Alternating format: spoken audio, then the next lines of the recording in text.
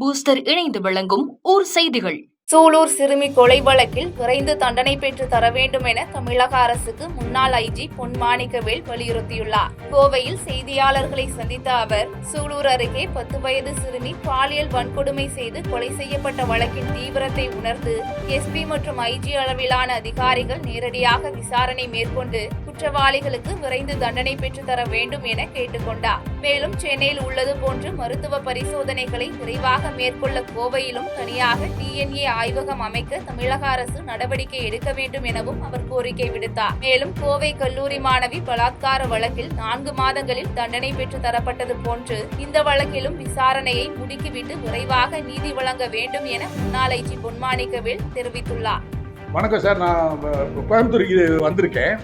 இது வந்ததனுடைய முக்கியமான நோக்கம் என்னன்னா, அந்த ஒரு பச்சை குழந்தை, ஒரு 10 வயசு படிக்கிற குழந்தைய பாப்பாவை நியூஸ் பேப்பரில் வந்துச்சு. நான் கொஞ்சம் எனக்கு வாட்ஸ்அப் இதெல்லாம் பார்க்கறதுல ரொம்ப டிலேடாக பார்ப்பேன். ஏதாவது முக்கியமானதுன்னா எனக்கு வேண்டியப்பட்டவங்க அதை அனுப்பிச்சி விட்டாங்க. ரிட்டையர்ட் போலீஸ் ஆஃபீஸர் ஒரு 10, 20, 30 பேர் என்கிட்ட பேசினாங்க. சார் இதை கொஞ்சம் பாருங்க ஐயா அப்படின்னா, பார்த்த பிறகு தான் பார்த்து இங்கே நடந்துருக்கு என்ன இருக்குது அப்படிங்கும்போது சீக்வன்ஸாக அதெல்லாம் எல்லாத்தையும் கலெக்ட் பண்ணிட்டு, அது நல்லது, நான் போக வேண்டியதுக்கு ஒரு அவசியம் இருக்குது.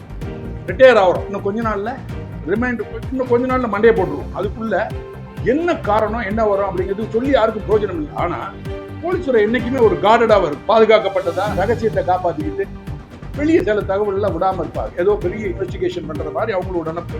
நான் இருக்கும்போது அப்படிதான் இருந்தேன் அப்படின்னா அப்படி இல்லை. டேரக்டா பிரஸ் சொல்லிடுவேன், எத்தனை கிரைம் நடக்குதோ ஒரு அன்றாட கிரைம் வெளியே தொங்க போட்டுருவேன். இப்போ இருக்கட்டும் சார், இதுல வந்ததுக்கு நோக்கம் என்னன்னா, இப்ப ஒண்ணு நடந்த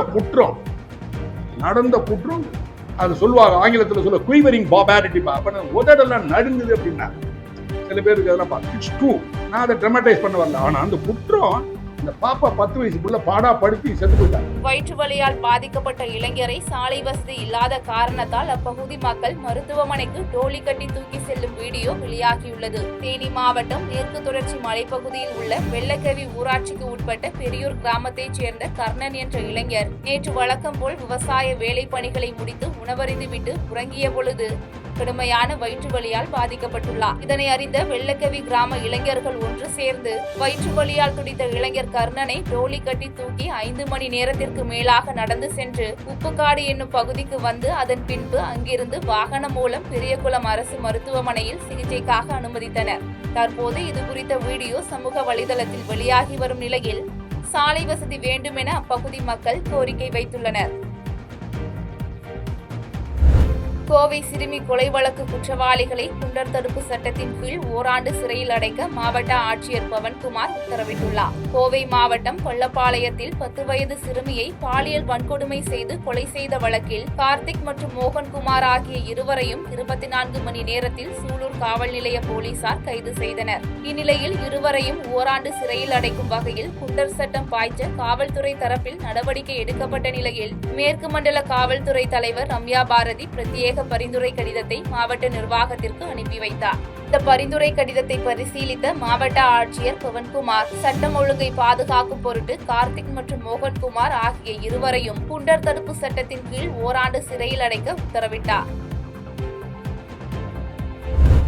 RS மங்கலத்தில் திடீர் ஆய்வு மேற்கொண்ட அமைச்சர் ராஜு பணிகளை சரிவர செய்யாத அதிகாரிகளுக்கு கடும் எச்சரிக்கை விடுத்துள்ளார். ராமநாதபுரம் மாவட்டம் RS மங்கலம் அரசு மருத்துவமனை மற்றும் பேரூராட்சி அலுவலகத்தில் அமைச்சர் ராஜு திடீர் ஆய்வு மேற்கொண்டார்.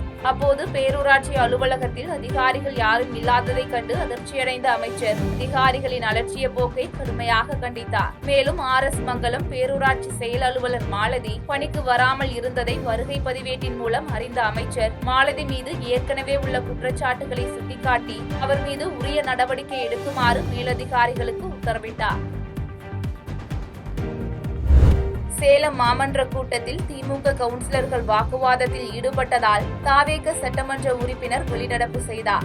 சேலம் மாநகராட்சியில் மேயர் ராமச்சந்திரன் மற்றும் ஆணையாளர் தலைமையில் நடைபெற்ற மாமன்ற கூட்டத்தில் சேலம் வடக்கு சட்டமன்ற தொகுதி தாவேக சட்டமன்ற உறுப்பினர் சிவகுமார் கலந்து கொண்டார். தொடர்ந்து கூட்டத்தில் பேசிய அவர், தான் செல்கின்ற பகுதிகளில் எந்த ஒரு அடிப்படை வசதிகளையும் வெற்றி பெற்ற கவுன்சிலர்கள் செய்து தரவில்லை என குற்றம் சாட்டியதற்கு திமுக கவுன்சிலர்கள் எதிர்ப்பு தெரிவித்து கடுமையான வாக்குவாதத்தில் ஈடுபட்டனர். ஈடுபட்டனர். மேலும் தாங்கள் பல்வேறு திட்டங்களை செயல்படுத்தியுள்ளதாக தெரிவித்த திமுக கவுன்சிலர்கள் தாங்கள் செய்த திட்டங்கள் மறைக்கப்பட்டுள்ளது என குற்றம் சாட்டினர். இந்நிலையில் பேச அனுமதி மறுக்கப்பட்டதால் வடக்கு தொகுதி சட்டமன்ற உறுப்பினர் சிவக்குமார் வெளிநடப்பு செய்ததை தொடர்ந்து மாமன்ற கூட்டத்தில் பரபரப்பு ஏற்பட்டது.